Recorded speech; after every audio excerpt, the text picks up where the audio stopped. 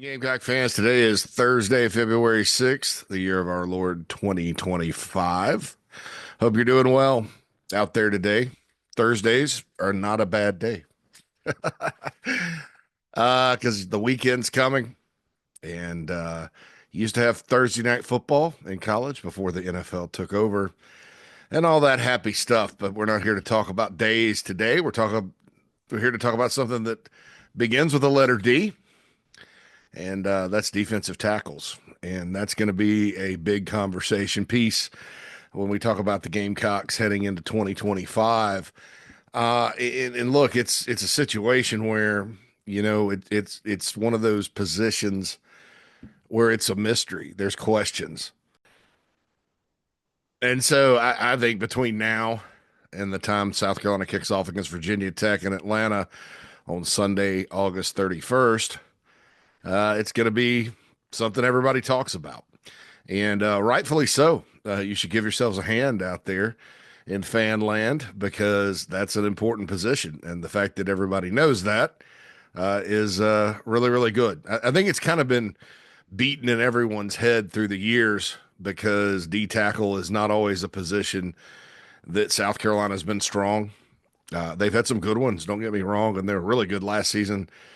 They're in a recruiting footprint that produces a lot of good D tackles, and they've recruited a lot of good D tackles, but it's not always the top spot. And I remember back in the 90s when South Carolina was struggling through the SEC, everybody pointed to D tackle as a position that sort of sets the blue bloods, the elite programs, the elite teams apart in that league. Everybody's got them.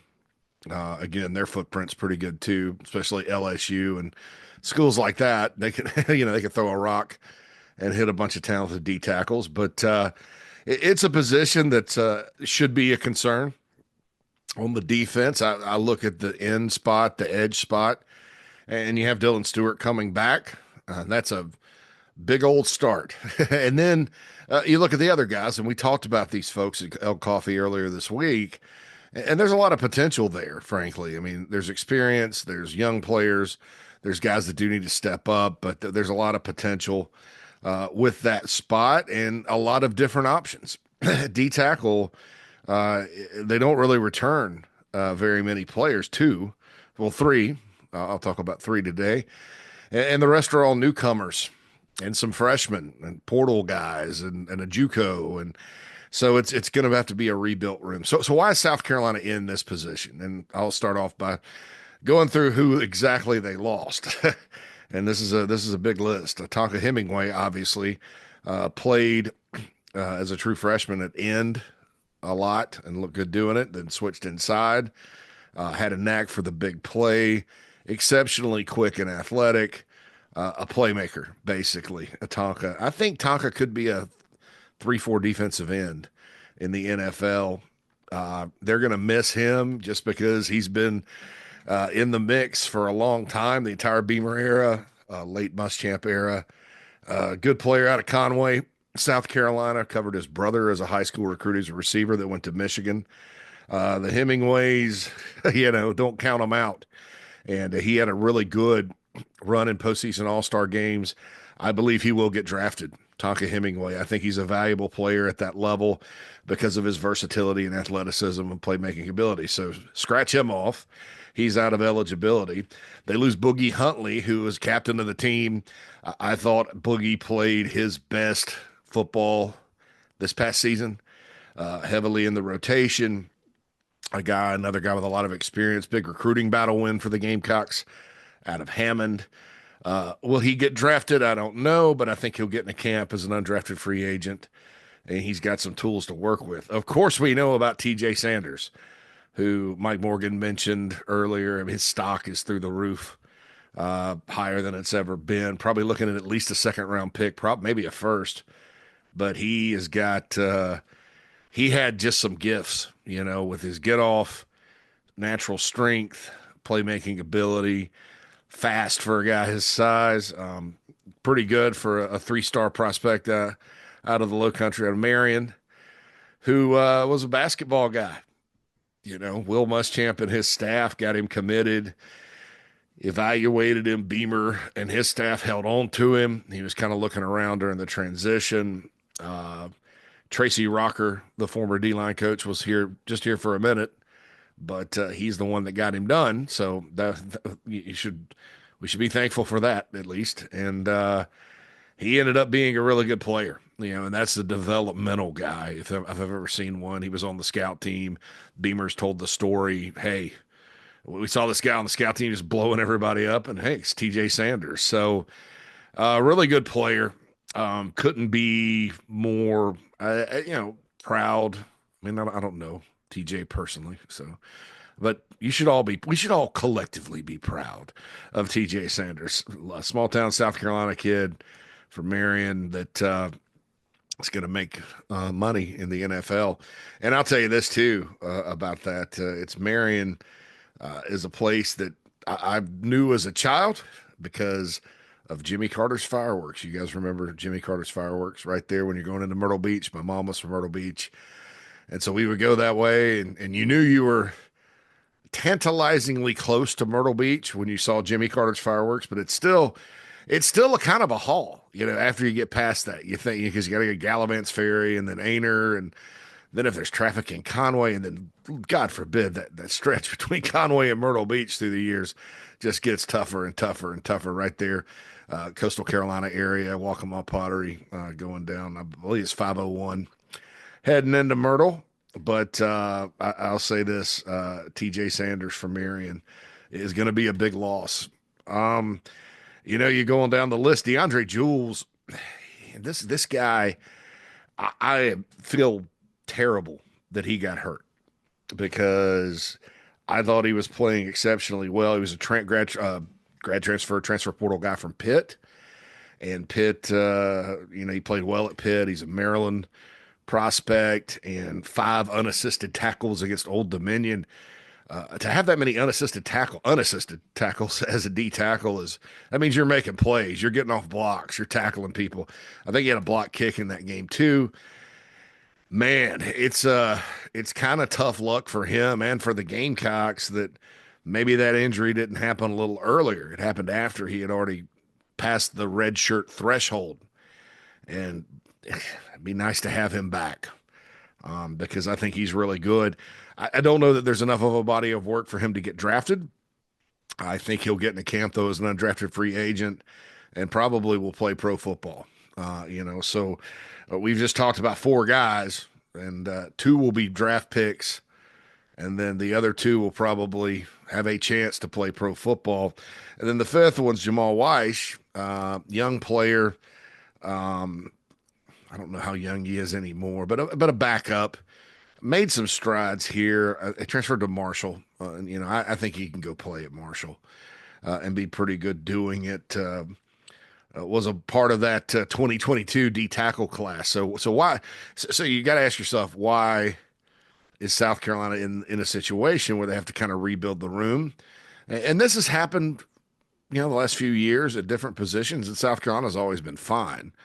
It happened at running back. It's happened at tight end. It's kind of the nature of things these days.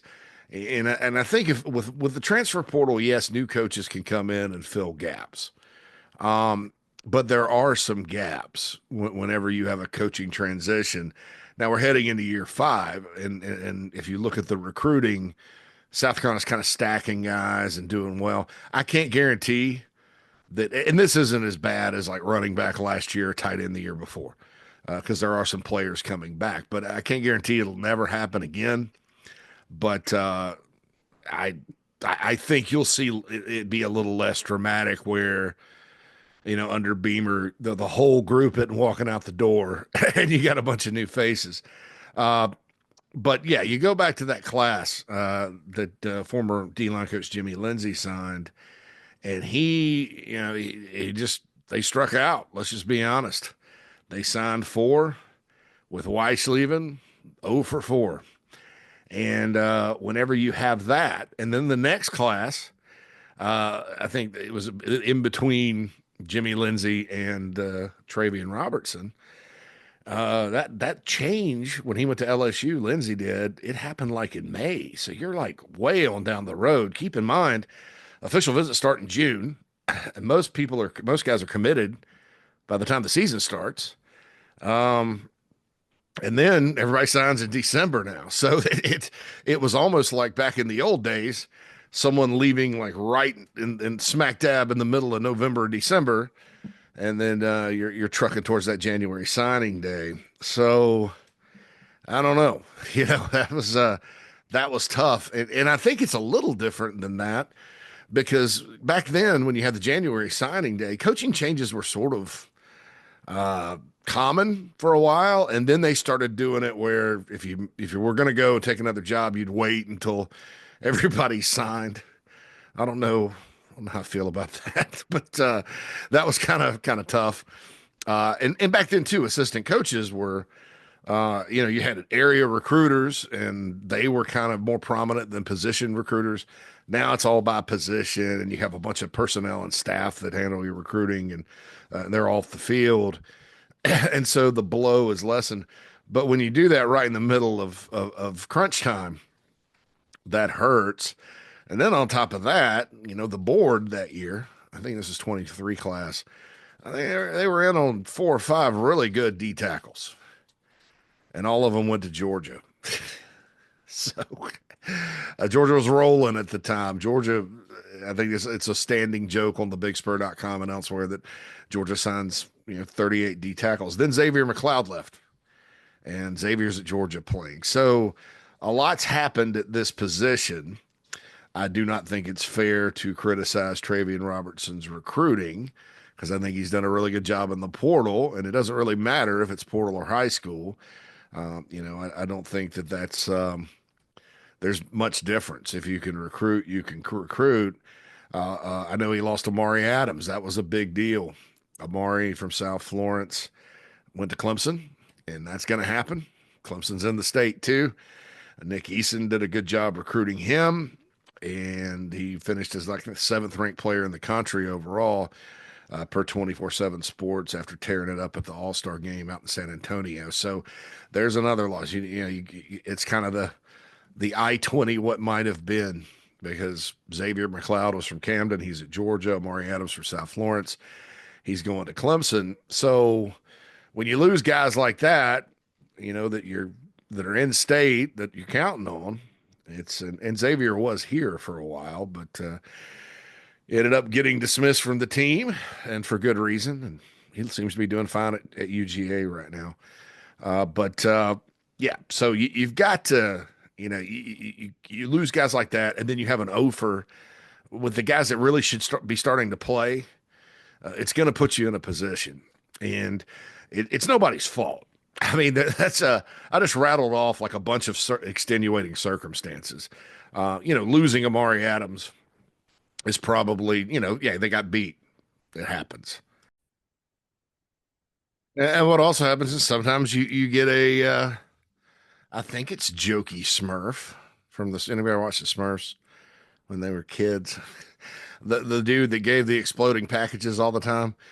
In college football recruiting, sometimes you get a Jokey Smurf done to you.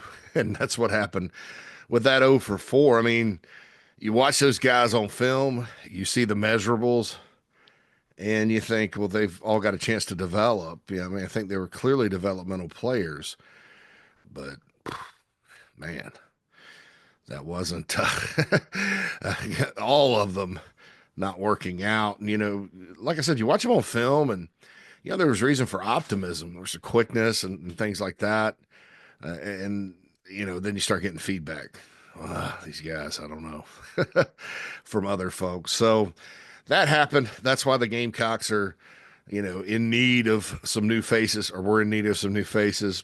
I can't rule out them maybe getting another one from the transfer portal if the opportunity presents itself. But, look at what's coming back, and I'm going to go through these guys, and then I'm going to go and talk about the keys for their development and what needs to happen at this position in the offseason. Because I'll tell you this, people can say what they want, formulate their opinions about Travian Robertson's recruiting. And like I said, I think it's a little off base, but that's fine if you feel that way. But what you can't really argue with is his ability to get players better. Those guys I just mentioned going to the NFL, uh, they were very inconsistent players. I mean, I think I've harped on this every offseason with those guys. And I'm talking about Tonka and Boogie and TJ. Get more consistent because you'd have a game like TJ Sanders against Georgia in 2023 where he looked all world. That was his coming out party, right? Georgia couldn't block him. And then he kind of disappears for a while. And then he comes back and does some things. Same with Tonka. I mean, Tonka had some big moments.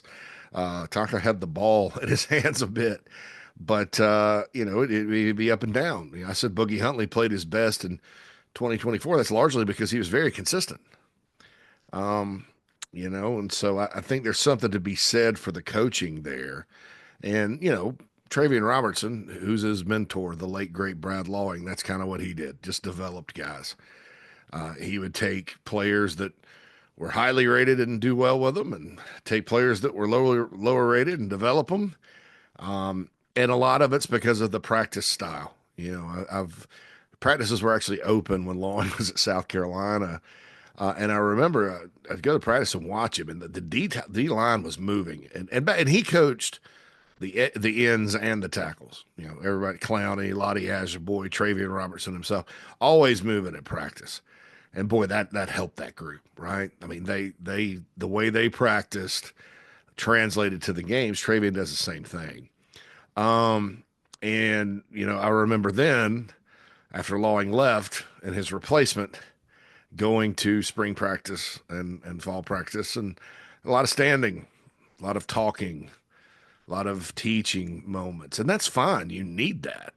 But I think with these guys, they're so big and athletic, D tackles. I mean, they're some of the biggest freaks on a football field because they have to have the size, but you also have to run and be athletic and twitchy.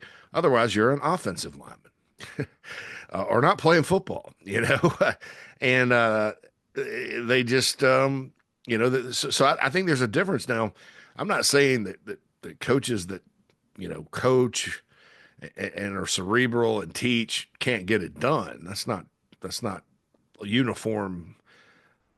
It's not applicable in a uniform manner. How about that?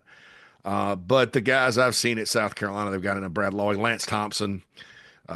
Say what you want about his recruiting, but he got those guys better. It took a couple of years with Lance Thompson coaching guys like Ulrich Jones and Taylor Stallworth and Dante Sawyer and those cats to get them right because they had just not been developed back in the day. So, I do think that there's some ability there on the part of South Carolina's very talented defensive line coach to get these guys ready. So let's start.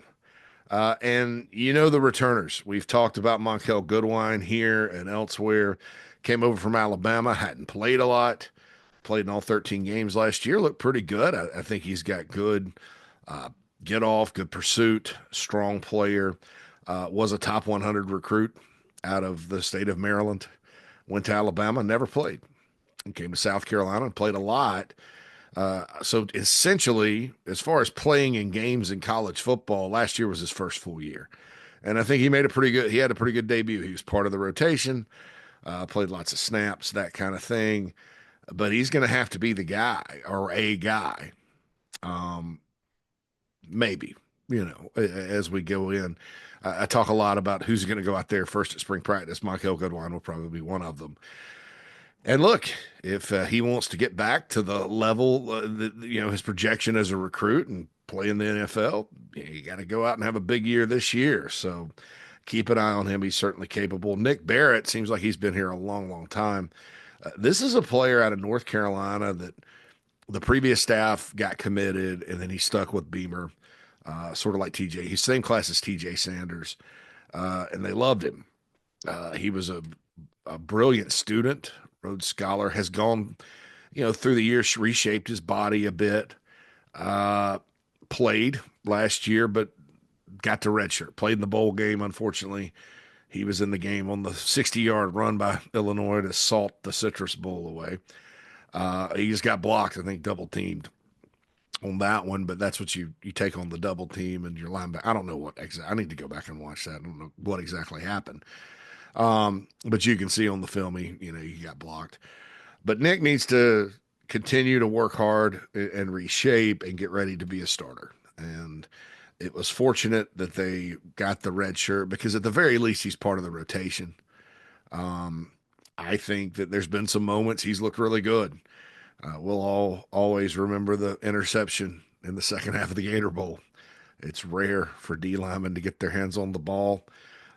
Probably, kind of with what he went through in 23, where he didn't play as much. Probably 2022 was his best year. So he needs to get back in 2025 to how he played then. I think he'll walk out there with Monkel Goodwine for spring practice, senior from North Carolina. All right, so the two from the portal.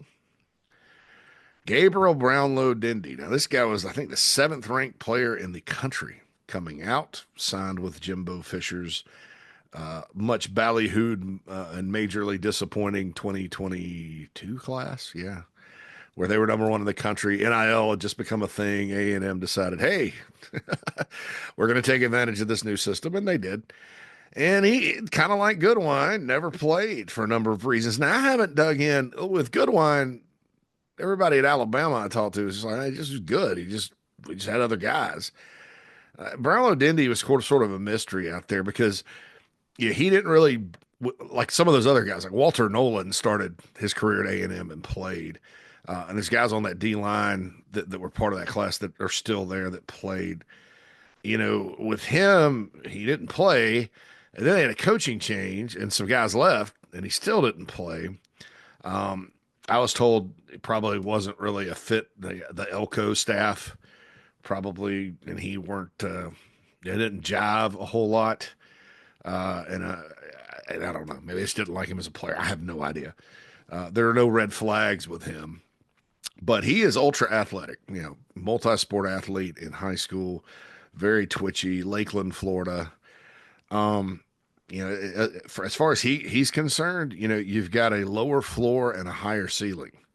So his delta, I guess, if you want to use a river image, is wide. He could go this way, he could be here, he could be there, but the potential's there. All right. So if you want to use the delta reference, it is wide, but there are calm waters. So he could end up being surprised. They need him. Travian Robertson's got to get him to where his potential matches his play on the field. And if you use Goodwine as a reference point or an example, that would be, if they could get him out there playing, I think the talent would take over. But he is a good pickup, D tackle, Lakeland, Florida, Gabriel Brownlow Dindy. The other player from the portal they got kind of late from Bowling Green is Devontae Miles. He's from the state of Michigan. And he's a little different. He's about 6'4", 6'5", 290, I think is what he'll play at. He's listed 275. More of a big athletic guy, probably a little bit more athletic than some of these other guys just in terms of being an athlete and potential. And you watch him on film and, some of the plays he's chasing down guys from behind and he's got pretty good swim move. And, there's things, he's taller, that kind of thing. Built a lot like the freshman that South Carolina has, Christian Ingram and Caleb Williams. This guy's intriguing because he was kind of back up at Bowling Green. Everybody's like, why are you taking a back up from Bowling Green? Well, a lot of other SEC schools wanted this guy too. Mississippi State, who has to rebuild, wanted him badly. LSU had called about him. He's not, it's not like nobody wanted him once he went in the portal. Again, from the state of Michigan, that state as a Midwestern state does put out good D linemen. So we'll have to wait and see. I think if South Carolina can get him in the rotation, that's a win as far as just getting him in there, getting him eating snaps. Because what you want to do is rotate the whole game. And then by the end of the game, your best guys in theory are fresh and ready to go.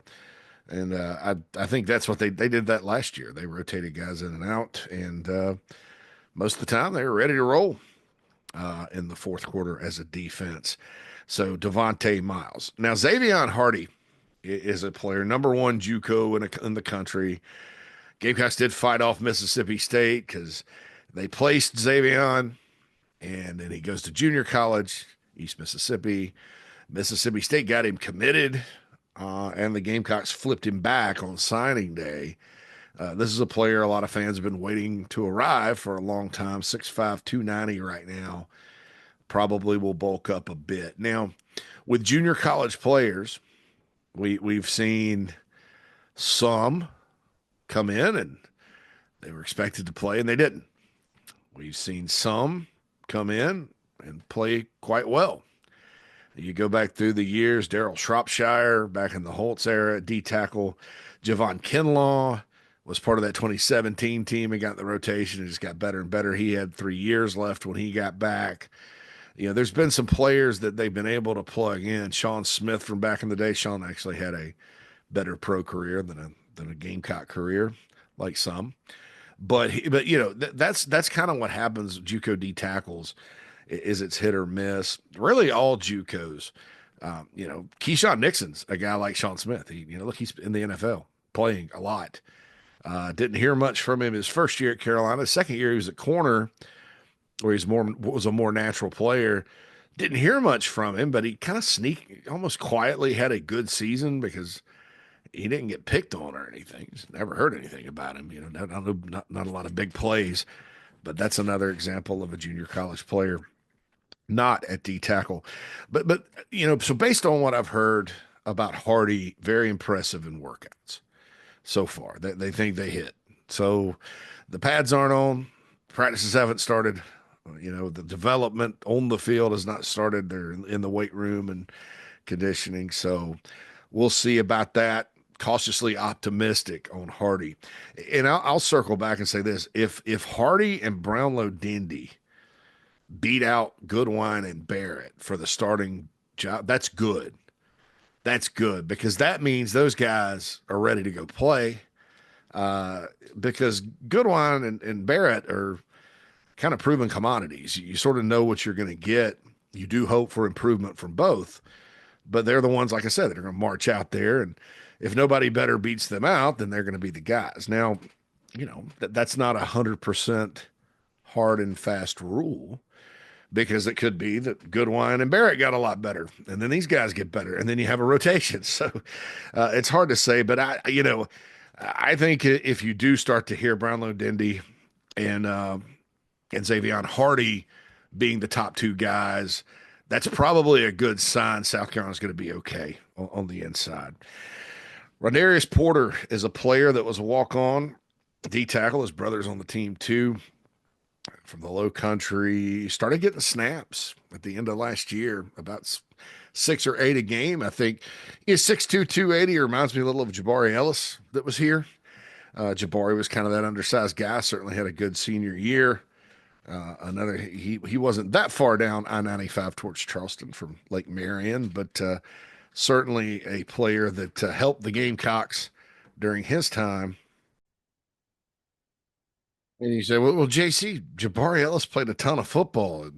Is South Carolina going to play Rondarius Porter that much? I don't think so, but I also think that the situation inside at D tackle is probably better. You know, if you want to call him a poor man's Jabari Ellis, let's do that. But it's more playing style. And in this situation, what you want is to have snap eaters, guys that can go in there. And again, Brad Lawing did this with a lot of different players on the D line.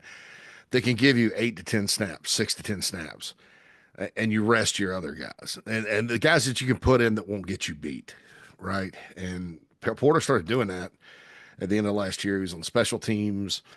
Really impressive for a guy that worked his way up. He's never been the heaviest D tackle, but he's getting there. Maybe if you can get to 290 or so, that he may play even more.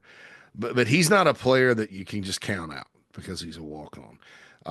Like I said, not saying he's a 20 snap a game guy. I'm just saying 5 to 10. you sneak some here and there. I think that's a good thing. And then there's the two true freshmen.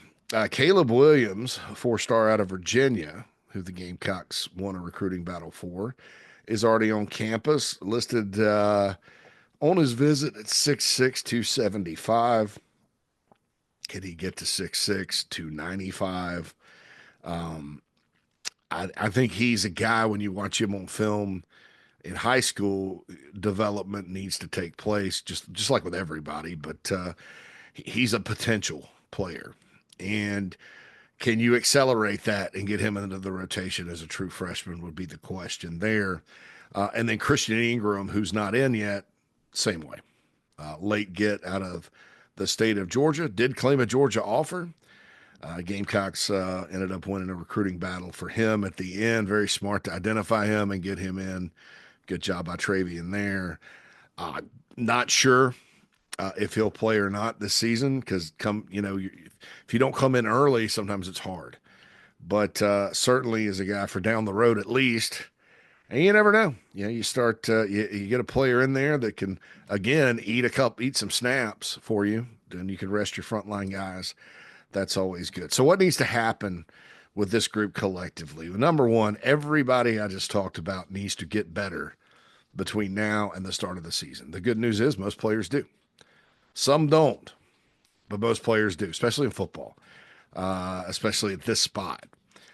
They need to make jumps. Now, how big of a jump they collectively make is going to determine the success of this room next season, because you don't have a bunch of guys with experience. You got Barrett and Goodwine, and then everybody else is and Porter played last year. Everybody else is in the first year in the program.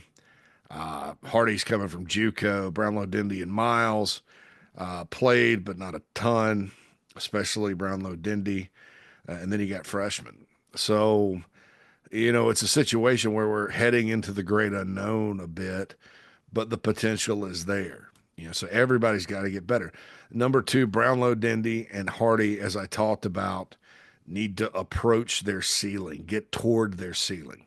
Doesn't have to be to their ceiling. They're probably unrealistic to believe they would hit their ceiling, but they need to take all that potential they have and start getting toward there, in my opinion.